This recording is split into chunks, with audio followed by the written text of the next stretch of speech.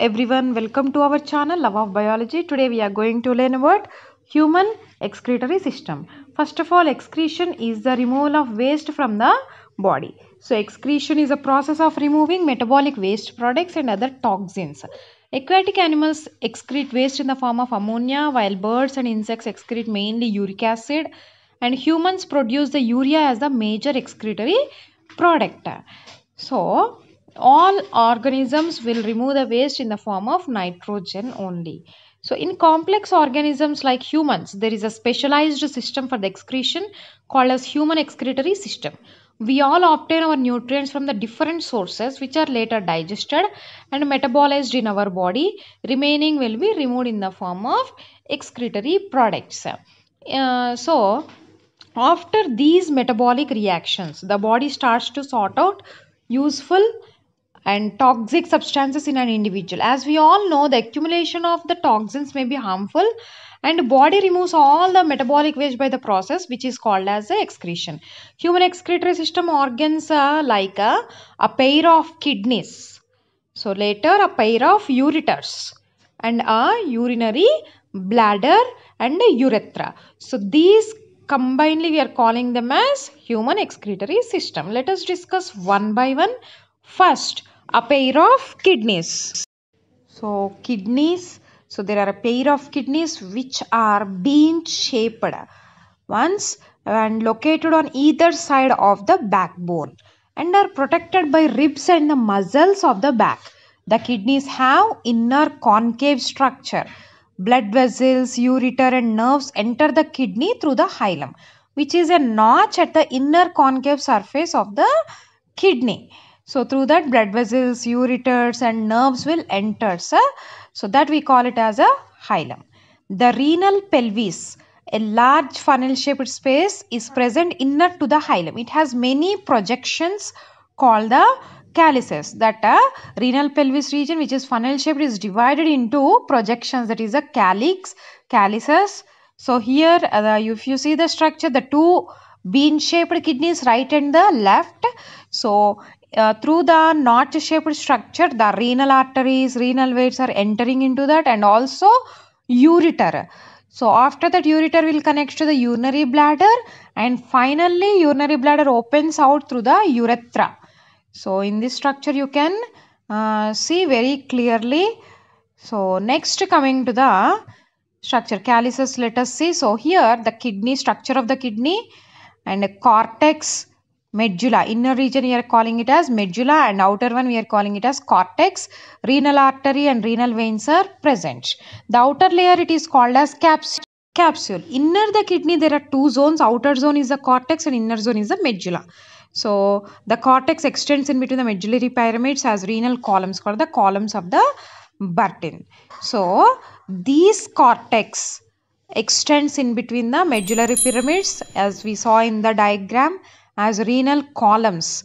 We are calling them as columns of the Burton. So next, nephrons. These are the functional units of the kidney. Each nephron has two parts, glomerulus and the renal tubule. Glomerulus consists of a bunch of capillaries formed by efferent arterioles. Blood from glomerulus is carried away by the efferent arterioles. So it is connected with the efferent and the efferent arterioles. That is actually glomerulus is nothing but a bunch of capillaries. So here you can see the efferent and efferent arterioles, and glomerulus also you can see with the Bowman's capsule, and glomerulus with the long convoluted distal and the collecting ducts. Here you can see convoluted tubules you can see, and a capillary network, and here U-shaped one is the loop of Henle. So all completely we are calling it as nephron. So all are connected to one another. So glomerulus is all the capillaries will combine to form that. The renal tubule starts with a cup-like structure, that is a Bowman's capsule. This encloses the glomerulus. The Malpighian body consists of glomerulus and the Bowman's capsule.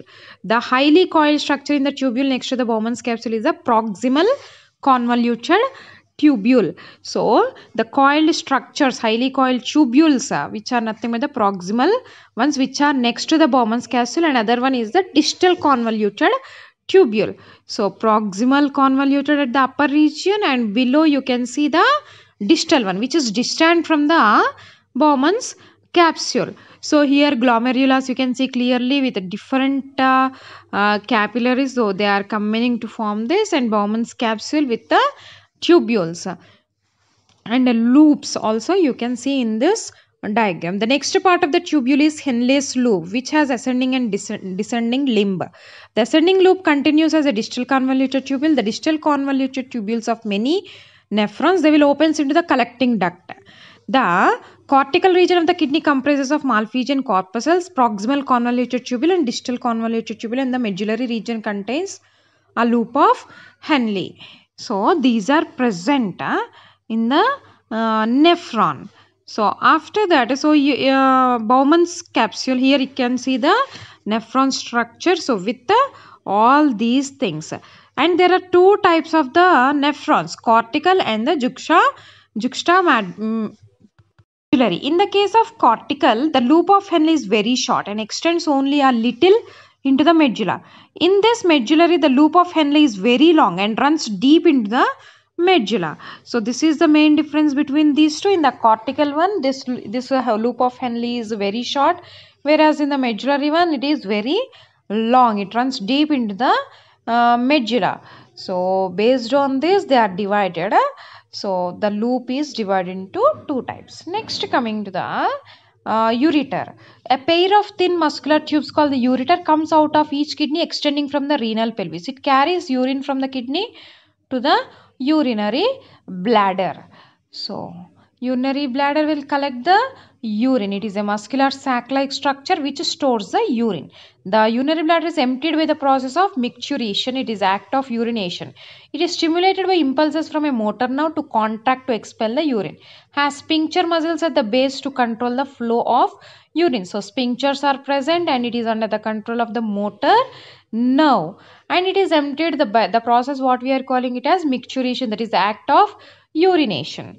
So the kidneys here with the, so already we saw the urinary bladder and urethra structure. You can see ureters are connecting to that.